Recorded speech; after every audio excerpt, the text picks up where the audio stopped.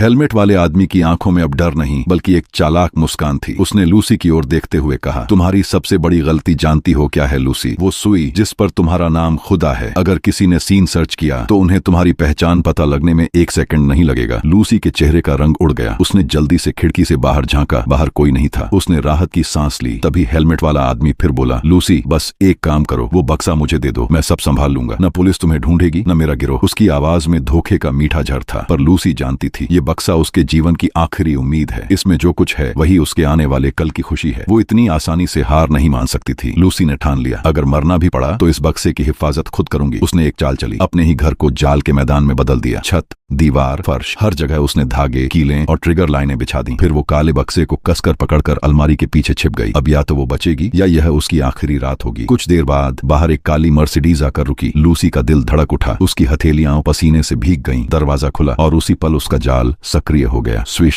छत से बंधी रस्सियां खिंच गईं और हेलमेट वाला आदमी जो बिल्डिंग के किनारे खड़ा था नीचे जा गिरा। लूसी ने चैन की सांस ली, पर उसकी राहत ज्यादा देर तक नहीं चली। उसने बंदूक उठाई, पर ट्रिगर दबाते ही पता चला गोलियां खत्म थीं। अब देर होने लगी थी। पुलिस कभी भी पहुंच सकती थी। वो बक्सा लेकर भागी, पर पीछे से आया एक और काला गिरोह का आदमी। उसने उसे कुछ ही कदमों में पकड़ लिया। गोली चली और लूसी की टांग में जा लगी। वो गिर पड़ी, पर बक्से को सीने से लगाए रही। पर उस आदमी ने उसकी गर्दन पर रेशमी डोरी लपेट दी और धीरे धीरे कसने लगा। लूसी की सांस रुकने लगी। आंखें खुली की खुली रह गईं। वो वहीं जमीन पर निढाल हो गई। गिरोह का आदमी झुका और काला बक्सा खोला। अंदर देखकर उसकी आंखें चमक उठीं। सैकड़ों डॉलर के नोटों से भरा हुआ था वो बक्सा। वो लालच में हंस पड़ा और नोट बैग में भरने लगा। शायद अगर लूसी जिंदा होती तो उस पर जरूर चिल्लाती, मूर्ख, उसे मत छूना। क्योंकि जैसे ही उसने आखिरी नोट निकाला, बक्से के नीचे की परत खुली और वहां छिपा था एक एंटी ग्रेविटी बम। एक छोटा सा नोट लिखा था, जो लालच करेगा राख बन जाएगा। लूसी ने अपनी पसंद पर पछतावा किया या नहीं, पर जो उसने चुना था परफेक्ट क्राइम, वही बना उसकी परफेक्ट सजा।